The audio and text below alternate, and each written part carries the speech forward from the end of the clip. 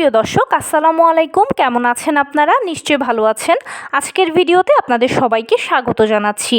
আজকে আমি আপনাদের সাথে শেয়ার করব 1 থেকে 5 বছর বয়সের বাচ্চাদের কখন কি শেখাবেন, কি লেখাবেন, কি আঁকাবেন, কখন তাদেরকে নির্দিষ্ট একটা সময় দেবেন পড়াশোনার জন্য এবং কিভাবে পড়াবেন ইত্যাদি সব কিছু নিয়ে। তাহলে চলুন মূল ভিডিওতে যাওয়া যাক। 1 থেকে 5 বছর বয়সটা হচ্ছে বাচ্চাদের প্রথম ডেভেলপমেন্টের একটা উল্লেখযোগ্য সময়। এই সময়টাতে বাচ্চাদের হাই ডেভেলপমেন্ট হয়ে থাকে। তাদের শারীরিক মানসিক বিকাশের পাশাপাশি তাদের বুদ্ধিরও খুব ভালো বিকাশ হয়। তাই এই 5টা বছর বা এই 1 থেকে 6 বছর এই সময়গুলোকে খুব ভালোভাবে বাবা মাকে বাচ্চাকে হ্যান্ডেল করতে হয়, যত্ন নিতে হয়। একটা ঘরের যখন ফাউন্ডেশনটা শক্ত হয় বা ভিত্তিটা যখন শক্ত হয় তখন ঘরটাও উপরের দিকে মজবুত হয়। ঠিক তেমনি 1 থেকে 5 বছর বয়স হচ্ছে বাচ্চাদের ফাউন্ডেশন টাইম। এই সময়টাতে আপনি যদি বাচ্চাকে ভালোভাবে যত্ন করেন বা আপনি যেভাবে তাকে শেখাতে চাচ্ছেন, গড়াতে চাচ্ছেন, তাকে যদি আপনি প্রপারলি শেখাতে পারেন, গড়তে পারেন, তাহলে ভবিষ্যৎ নিয়ে আপনার বাচ্চার আর কোনো চিন্তা করতে হবে না। আপনি তাকে ঠিক যেভাবে তৈরি করতে চাচ্ছেন অটোমেটিক্যালি সে আপনার মন মতোই তৈরি হবে। তো এক্ষেত্রে প্রথম 5 বছর মানে 1 থেকে 5 বছরের মধ্যে বাচ্চাদেরকে আমাদের যেটা করতে হয় যে তাদের খাওয়া দাওয়ার ব্যাপারে, ঘুমের ব্যাপারে, পড়াশোনার ব্যাপারে, গুড টাচ ব্যাড টাচ সব কিছুই তাদের আমাদের শেখাতে হয়। তো আজকে পড়াশোনার বিষয়টা নিয়ে কথা বলবো। পড়াশোনার বিষয়ে যদি বলি তাহলে প্রথম 1 থেকে 2 বছর বা 3 বছর, 1 থেকে 3 বছর বয়সের বাচ্চাদেরকে আপনারা পড়াশোনার জন্য খুব বেশি চাপ দেবেন না। অনেকেই আছে বলে থাকবেন যে শুনে এখনই পড়াশোনার সময়, এখনই লেখানোর সময়, এখনই আঁকানোর সময়। না, 1 থেকে 3 বছর পড়াশোনা করার সময় নয়। 1 থেকে 3 বছর হচ্ছে হাসির ছলে, খেলার ছলে, আড্ডার ছলে, কথা বলার ছলে তার থেকে আপনি কোনো কিছু শিখবেন এবং তাকেও শেখাবেন। মানে আপনি শিক্ষক ও ছাত্রর খেলা তার সাথে বেশি খেলবেন। আপনি হবেন ছাত্র, সে হবে শিক্ষক, আর সে আপনাকে শেখাতে শেখাতে মনের অজান্তে নিজেও শিখে যাবে। কখনোই এ সময় তাকে কোনো কাজের জন্য আপনারা চাপ দেবেন না। আপনি তার সাথে কথা বলবেন, অনেক কথা বলবেন, প্রচুর সময় দেবেন বাচ্চাকে। তাই বাচ্চার সাথে খেলতে খেলতে তাকে আপনি একটা কবিতা শেখালেন, যে কোনো ছড়া আপনার মন মতো শেখালেন। তার সাথে আপনি হাঁটতে হাঁটতে হয়তো 1 থেকে 10 পর্যন্ত, 1 থেকে 10 পর্যন্ত মুখে মুখে পড়ালেন আপনি। অথবা খেলার ছলে বাচ্চাকে আপনি 1 দেখালেন, 2 দেখালেন, 3, 4, 5, 6, 1, 2, 3, 4, সরেয় সরেয়া কখ এগুলো আপনারা দেখালেন। একটা ফল দেখালেন, যেমন আপনি তাকে একটা টমেটো দেখালেন, টমেটোর উপকারিতা সম্পর্কে তাকে আপনি জানালেন, এটা খেলে কত ভালো হয় সেটা আপনি জানালেন, এবং টমেটো লিখতে কোন কোন বর্ণ প্রয়োজন হয় সেটা আপনি তাকে দেখালেন। খেলার ছলে, গল্পের ছলে এগুলো আপনি বাচ্চাদেরকে দেখালেন, শেখালেন। 1 থেকে 3 বছরে খেলাধুলার মাঝেই হবে পড়াশোনা।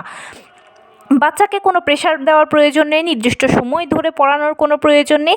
হাঁটতে হাঁটতে, খেলতে খেলতে সে যখন আপনার পিছে পিছে হাঁটছে, আপনি যখন কাজকর্ম করছেন তখনই বাচ্চার সাথে কথা বলবেন। কথাটা হবে পড়াশোনার কথা হবে, কথাটা হবে একটা ছন্দ হবে, কথাটা গল্পে হবে। এভাবেই বাচ্চাকে শেখাবেন।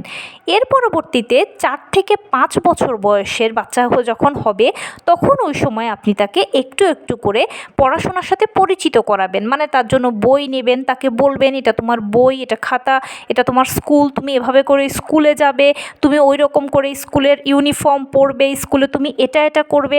স্কুল সম্পর্কে ধারণা দেবেন, অল্প স্বল্প করে তাকে আপনি পড়াবেন, কখনোই প্রেশার ক্রিয়েট করবেন না।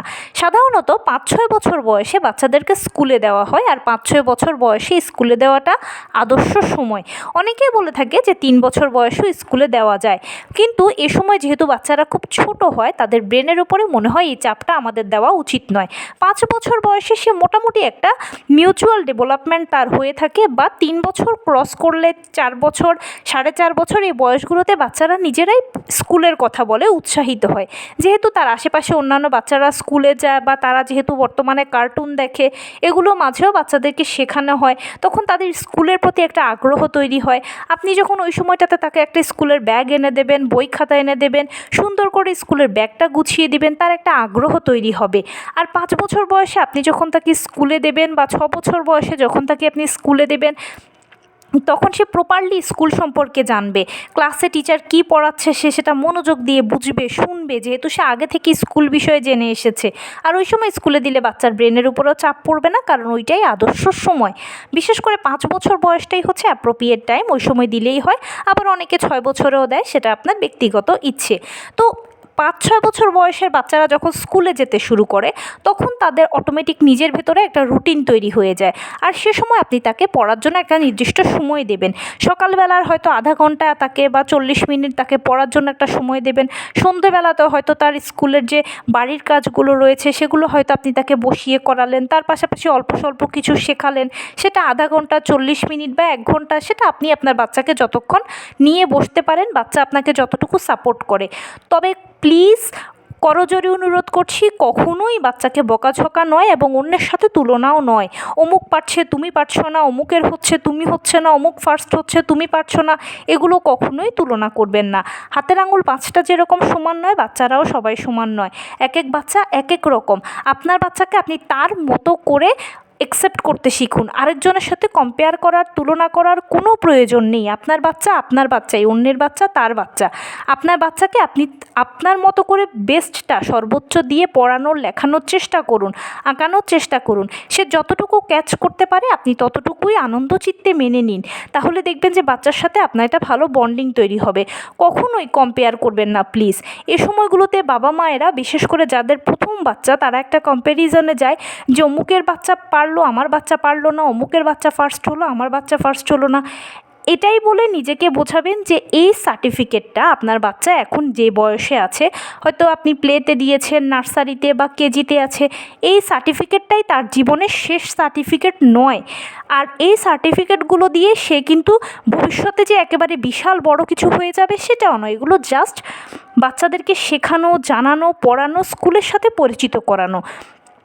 তাই একদম বাচ্চার উপর প্রেশার ক্রিয়েট করবেন না, আর অন্যের সাথে কখনোই তুলনা করবেন না।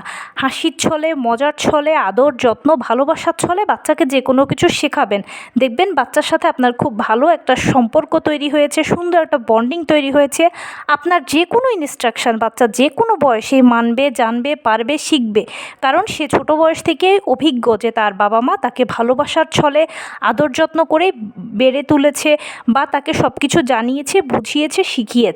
আর পরবর্তীতেও দেখবেন যে বাচ্চাও চেষ্টা করবে। কারণ কি, সময়ের সাথে সাথে বাচ্চাদের ভেতরেও একটা কম্পিটিশন তৈরি হয়। যখন সে আরও বড় হবে, আরও বড় ক্লাসে যাবে, তখন তার যখন একটা নিজস্ব বন্ধুবান্ধব নিয়ে জগৎ তৈরি হবে, সেখানে সে যখন দেখবে যে তার ফ্রেন্ডসরা তার থেকে এগিয়ে আছে, সে কিছুটা পিছিয়ে আছে, তখন অটোমেটিক দেখবেন যে তার মনের ভেতর থেকে একটা জেদ কাজ করবে যে না, আমাকে আমার ফ্রেন্ডসদের আগে যেতে হবে, আমাকে ভালোভাবে পড়াশোনা করতে হবে। তখন আপনি দেখবেন যে যত বাড়বে সময়, যত বাচ্চা বড় হবে, ততই সে নিজেই নিজের মতো করে আগ্রহী হবে পড়াশোনা করতে। তাই আপনি শুধু চাপ দেবেন না, প্রেশার ক্রিয়েট করবেন না, অন্যের সাথে তুলনা করবেন না।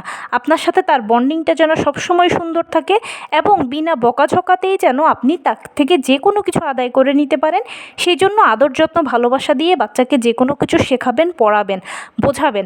আর 1 থেকে 5 বছর বয়সে কোনো মারামারি নয়, কোনো বকাঝকা নয়। এই সময় আদর যত্ন যত দিতে পারবেন ততই ভালো। আর এই ফাউন্ডেশনটা যখন শক্ত হবে, আর যখন এই ফাউন্ডেশন টাইমে মা সন্তান, বাবা সন্তানের মাঝে বন্ডিংটা ভালো হবে, তখন ইন ফিউচারও দেখবেন যে সবসময় আপনার বাচ্চাও বুদ্ধিমান হবে, নিজের মতো করে চেষ্টা করবে, আপনার সাথেও বন্ডিংটা ভালো থাকবে। তো এই ছিল আজকের ভিডিও। কেমন লাগলো বলুন। যদি ভালো লেগে থাকে ও হেল্পফুল হয়ে থাকে তাহলে প্লিজ লাইক, কমেন্ট, শেয়ার করতে একদম ভুলবেন না। আর সেই সাথে আমার চ্যানেলটিকে সাবস্ক্রাইব করার বিনীত অনুরোধ রইল।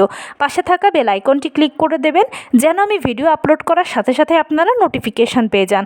যদি কোনো প্রশ্ন থাকে কমেন্টসে জানাবেন, আমি রিপ্লাই দেব। প্লাস যদি কোনো পরামর্শ থাকে যে কোন বিষয়ের উপরে ভিডিও বানালে আপনারা উপকৃত হবেন, সেটাও জানাবেন। আমি আপনাদের পছন্দের সর্বোচ্চ প্রায়োরিটি দেব। ভালো থাকবেন, সুস্থ থাকবেন। আসসালামু আলাইকুম।